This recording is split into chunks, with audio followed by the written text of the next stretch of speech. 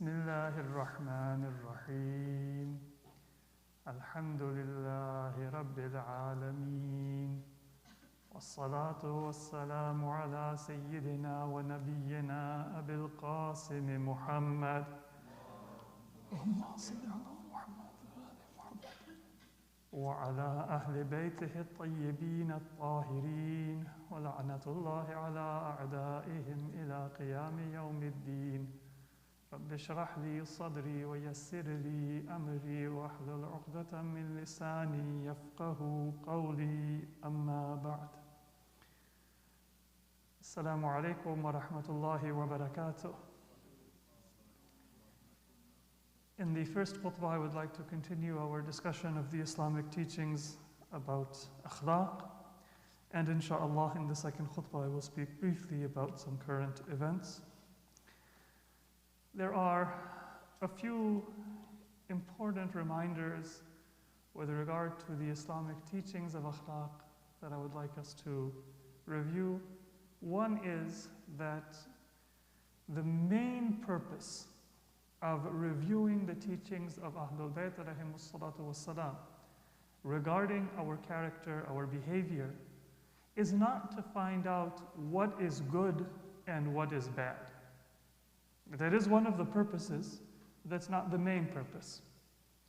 And the reason is that what is good and what is bad is a question that is so essential to our salvation that Allah has put it in our fitrah. Majority of things that are good for you, that's within your fitrah.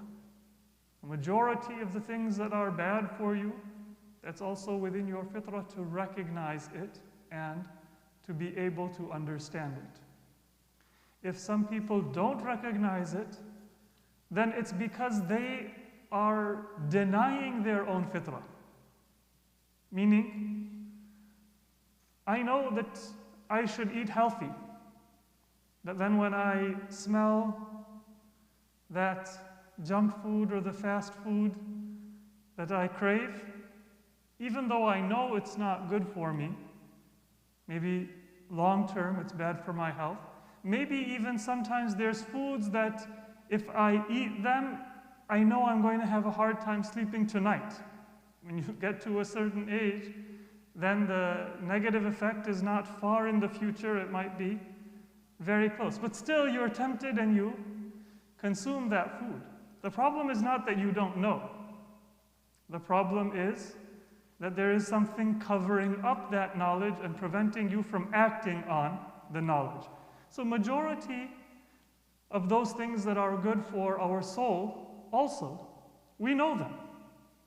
Honesty, humility, persistence, faith, gratitude, all of those attributes that allow us to live a life as a mu'min, to worship Allah subhanahu wa ta'ala, they are part of our fitrah.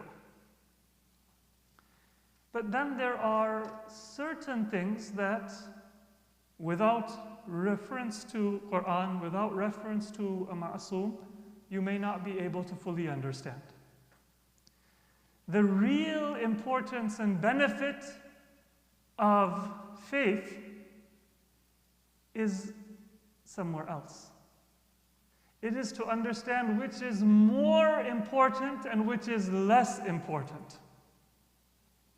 In other words, for a person to get an education is important.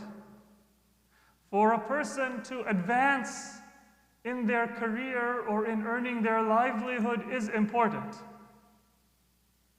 For a person to have a time for recreation and relaxation is important. But what is the relative importance of these different things? Given that I have a limited lifespan and I have limited time, does Allah want me to be the richest person that I can be? Does Allah want me to be the most famous person that I can be? Does Allah want me to devote myself to having all of the experiences and all of the recreation that I'm able to do, my hobbies and my interests? Does Allah want me to prioritize family over career in a certain way? Or ibadah over my family in a certain way? If I have done my wajibat, then do I say to my family, I want to do i'tikaf, and so I'm not available? Or do I say to i'tikaf that being with my family and serving them, that is going to give me the reward of my worship? So this is a little bit more of a difficult question.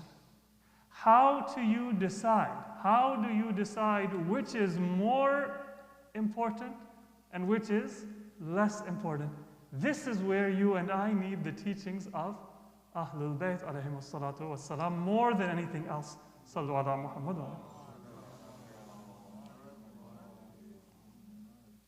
So when it comes to what is good and bad, the Quran says, وَنَفْسٍ وَمَا سَوَّاهَا فَأَلْهَمَهَا فُجُورَهَا وَتَقْوَاهَا.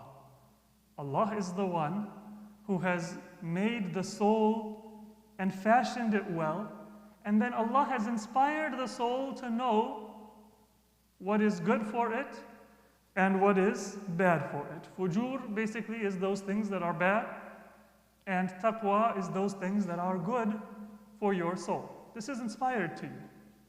But then it is your aql that is going to guide you towards Ahlul Bayt. And Ahlul Bayt will tell you this is how you should be if you want to be a faithful Muslim, if you want to be the best in your belief. And even Muslims sometimes misunderstood. So for example, they think that courage in battle is the ideal for a Muslim man. But Imam Ali alayhi salam, who was the most courageous in battle, he never said, I am the one who conquered Khaybar. Recognize me. I am the one who saved the day in Badr. I am the one who protected the Prophet alone in Uhud. I am the one who single-handedly defeated the army of Ahzab. Imam Ali didn't used to say, this is how you should recognize me. What did he say? He said, I am the one to whom the Prophet taught 1,000 chapters of knowledge, that each chapter opens up 1,000 other chapters. I know Islam. Don't follow me because I'm going to conquer new territories. Don't follow me because I am the most courageous. These are virtues of Imam Ali, and nobody had those virtues like he did. But why should we follow? Because as Imam Ali says in another hadith, there is no verse of Quran except I know where was it revealed. Was it revealed in Mecca or revealed in Medina? Was it revealed in the daytime? Was it revealed in the nighttime? Who was it revealed about? What were the circumstances? And what is the tafsir and what is the ta'wil? What was the meaning and what is the application of each and every verse of the Quran? So the point is that even Muslims, they might not know what is the ideal of a believer. How should we be? We learn that by referring to Muhammad wa Ali Muhammad alayhimu salatu wassalam. That this is how your salat and your sawm fit with your obligation to your family, with silatul rahim, with birrul walidain, honoring your parents, honoring your relatives, with honoring your neighbors, and all of the other obligations that you have. So don't simplify Islam and say, well, I know what it means to be a good person. Yes, everybody in their fitrah, فَأَلْهَمَهَا فُجُورَهَا وَتَقْوَاهَا, everybody in their fitrah knows what it means to do good and what it means to do evil. Just some details Allah has given us that we are not able to understand on our own. But the real challenge is to know that among two good things, which one is worth giving my life to? Which one is worth sacrificing for the sake of another? To know and then to be able to do.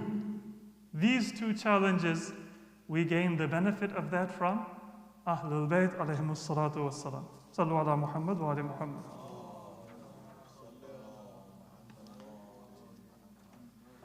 Now let me give you an example from the time of our beloved Prophet Muhammad Mustafa sallallahu alayhi wa alihi.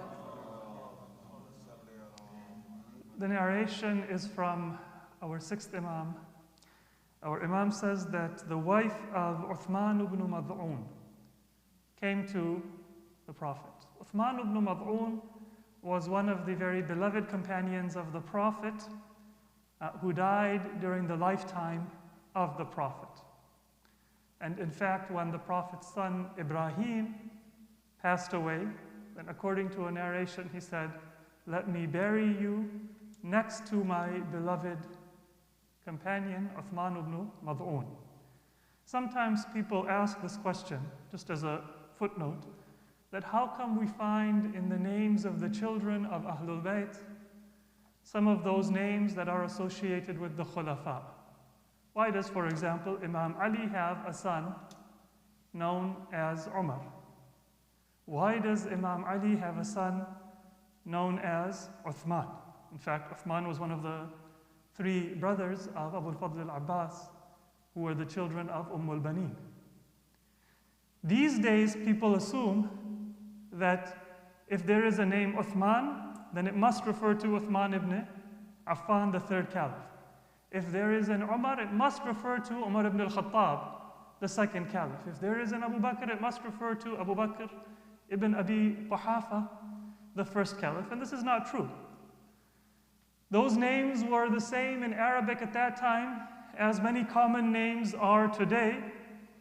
If somebody's name is Ziya, it doesn't mean they're named after Ziya al-Haq.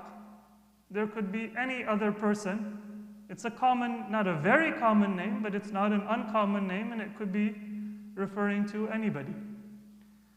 So, one person with the name of Umar was Umar ibn Abi Salama, the son of Salama and Abu Salama.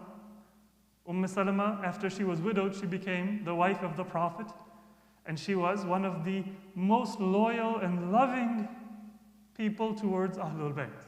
You all know Salama, one of the narrators of Hadith al-Kisa, one of the narrators of the Musibah of Karbala, one of the first people to mourn over the death of Imam Hussein in Karbala, and Lady Zainab was in Karbala, and she mourned, and Salama was miraculously told of those events on the same day of Ashura, and she mourned on Ashura in Medina. So Salama, her son was Umar. And if Imam Ali has a son by that name, maybe he was honoring the family of Salama. Similarly, Uthman ibn Mad'un was somebody who was very close to the Prophet and to Ahlul Bayt. And so if Imam Ali has a son Uthman, then he may have been honoring this beloved companion of our Prophet and our Imam who died in the time of our Prophet. So Uthman ibn Mad'un was a very important and a very prominent companion. His wife once came to the Prophet with a complaint, not a bad complaint, but a complaint of his good behavior. This is that challenge that I spoke of, that sometimes we know what is good, but we don't know what is better and what is more important out of two good things. She said, "Ya Rasulullah, inna Uthman yasumu al-nahar wa yaqumu al-layl." Uthman, he fasts during the day and he prays during the night. Both of those are good things. But why would a wife come to the Prophet and say this? Because it means that he doesn't have time to be with the family. So the Prophet came out, and it says that he came out very quickly in a rush, carrying his shoes. That means that it was in a rush, and he had signs of displeasure on his face. And then he came to Uthman, and he saw that he was praying, maybe in the masjid or wherever it was. And then when he saw the Prophet, he concluded his prayer so that he wouldn't delay the Prophet. And he said, the Prophet ﷺ said to Uthman that, Ya Uthman, lam yursilni Allahu ta'ala bir-rahbaniyya. Oh, Uthman, Allah didn't send me as a prophet to tell people to become monks, to abandon their work, to abandon their family, to abandon their society and just go live in a mountain somewhere and worship. The Prophet said, this is not the religion that Allah has sent me with. وَلَكِنْ بَعَثَنِي بِالْحَنِيفِيَّةِ السَّهْلَةِ السَّمْحَةِ. Allah has sent me with the straight path, which is very, very expansive and very easy to practice. Islam is not a difficult religion. Don't make it burdensome for yourself, and don't think that it is burdensome for you. You are to be part of your families, and you are to enjoy the blessing and the company of your family and your society. Asumu wa usalli wa almisu ahli. I pray and I fast, and then I spend time with my family. فَمَنْ أَحَبَّ فِطْرَتِي فَلْيَسْتَنَّ بِسُنَّتِي. Whoever wishes to be part of my religion, let him follow my practice. So what is the Prophet saying? Sawm is important. The Prophet says, جُعِلَتْ قُرَّةُ عَيْنِي فِي الصَّلَاةِ. My pleasure is in prayer. But then this has a part, other ibadat have a part, and our other obligations, they have a part. Try to see what was the sunnah of the Prophet and practice that. And don't make an ideal from ourselves and then just chase that ideal that we have created. That doesn't come from our Prophet. One other hadith, Sallu ala Muhammad wa ali Muhammad.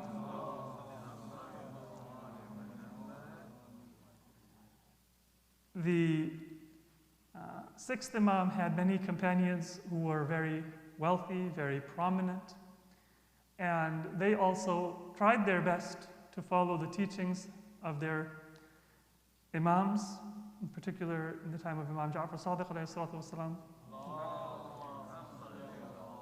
Madhab of Ahlul Bayt had spread far and wide. One of the companions of our sixth Imam was a person by the name of Ishaq ibn Ammar, a wealthy person. Once he came to visit the Imam, and he saw the Imam was angry with him. And he said to the Imam that, why do I see that you're treating me differently? The Imam said, the same reason that you are treating your companions differently. You're treating your fellow Shia, my followers, differently than before. The news has come to me that you have appointed somebody kind of as a secretary, a gatekeeper, so that the people who are in need, poor people, they don't come to your door and ask you for assistance. Because he was wealthy, he was well known, so many people, when they had a need, they would come to him and ask for assistance. Ishaq ibn Ammar. Ishaq ibn Ammar said that, جُعِلْتُ فِدَاكِ إِنِّي خِفْتُ الشُّهْرَةِ. I didn't do this because I don't want to help people, but you know that this is a time of taqiyya. It's a time when, if it becomes known to the government that the Shia are coming to me, then this is going to make me famous and it's going to put me in a spotlight. Just like today, sometimes people are afraid to donate to certain charities because they're afraid of scrutiny, even if it's a worthy and an innocent charity. So at that time, there was khiftu shuhra. I'm afraid of the scrutiny of the government. And then the Imam said, أَفَلَا خِفْتَ الْبَلِيَّةِ. So you're afraid of the scrutiny of the government. Are you not afraid that Allah is going to afflict you with a calamity because now it's not possible for your fellow believers to access you and you to provide them with assistance? The Imam says that أَمَا عَلِمْتَ أَنَّ الْمُؤْمِنَيْنِ إِذَا الْتَقَيَا فَتَصَافَحَا أَنزَلَ اللَّهُ عَزَّ وَجَلَّ الرَّحْمَةَ عَلَيْهِمَا. When two believers meet and then they shake hands, then the mercy of Allah subhanahu wa ta'ala is sent down from the heavens for them. So don't separate yourself from your fellow believers, from your mu'mineen.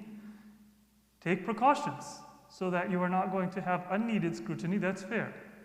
But don't be afraid in such a way that you don't meet your fellow believers, you don't associate with them, because on the one hand you're afraid of scrutiny, but on the other hand, if you avoid your fellow believers, then Allah might punish you, or He might send down a baliyah, a calamity that will cause you much more harm in this world.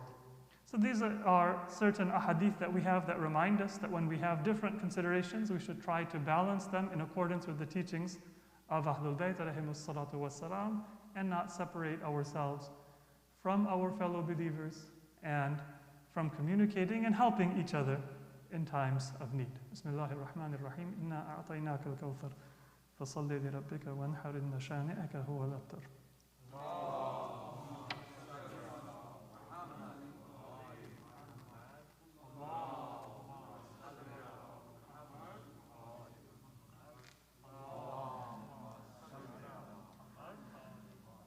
بسم الله الرحمن الرحيم الحمد لله رب العالمين والصلاة والسلام على سيدنا ونبينا أبي القاسم محمد وعلى علي أمير المؤمنين وعلى فاطمة الزهراء وعلى الحسن والحسين وعلي بن الحسين ومحمد بن علي وجعفر بن محمد وموسى بن جعفر وعلي بن موسى ومحمد بن علي وعلي بن محمد والحسن بن علي والحجة بن الحسن القائم المهدي عجل الله تعالى فرجه وسهل الله مخرجه وظهوره وجعلنا من أعوانه وأنصاره والمستشهدين بين يديه. صلوا على محمد وعلى محمد.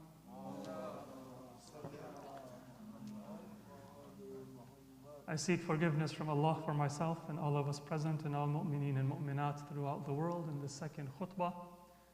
Just very briefly, all of you have witnessed that Allah subhanahu wa ta'ala has promised to assist those who struggle in His path when they have faith and they have trust in Allah. And there has been a very resounding victory, not for Palestinians, but for Muslims and for all people committed to the path of truth and justice, in that people without material arms who had a just cause stood up for their dignity and for their faith and were able to impose their terms on a much more powerful and a much more well-equipped society and army. And this is not a struggle of one religion against another religion, but rather it is a reminder to us of what brings us strength and success according to the teachings of Islam. And this is very important for all of us to remember. First and foremost, we should remember that unity is important.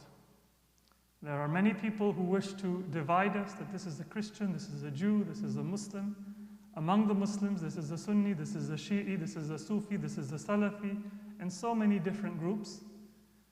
But the Quran says that even when it comes to people of other religions, and when it comes to people of your own religion, then treat each other with akhlaq, and don't always argue or debate those areas where we disagree. When we have a society that is governed by akhlaq, a society that is governed by justice, then those points where there are differences in belief or practice, they can be discussed and they can be resolved in a much more healthy manner. If there is animosity between people of religions, then very few people will have the courage to research Islam. If there is animosity among Sunni and Shia, then very few people will have the courage or even the ability to access the teachings of Ahlul Bayt. But if we have a society where we treat each other with respect and with akhlaq, then we will be able not just to have material benefits, but we will also be better able to share the teachings of Islam and the teachings of Ahlul Bayt with others. And that is demonstrated, this victory against oppression and aggression. It came because after many mistakes, many shortcomings, there was a unified message of dignity and of rights. This is what inspired so many people around the world who are not Arab, who are not Muslim, and it also brought success. So long as we maintain that spirit of unity, then Allah subhanahu wa ta'ala will also continue to bless us with success. But if we see that in our issues, I cannot get along with somebody else that might be in a different school of thought. Not that I can't agree, but that I cannot treat that person with respect. Then this is the seed of our own failure and our own harm in the near or the distant future. May Allah subhanahu wa ta'ala bless the people who sacrificed so much for this first victory, and may Allah subhanahu wa ta'ala grant them many more triumphs and many more victories, to turn even their enemies and their oppressors to see the error of their ways and to live in peace and harmony and mutual respect with their fellow human beings. And may Allah subhanahu wa ta'ala protect us from those qualities in ourselves that cause us to suffer harm or defeat in our actions and in our lives. Bismillah ar-Rahman ar-Rahim. Inna Allaha ya'muru bil-'adli wal-ihsan wa ita'i dhil qurba wa yanha 'anil fahsha'i wal-munkari wal-baghi ya'idukum la'allakum tadhakkarun. Sallu ala Muhammad wa ali Muhammad.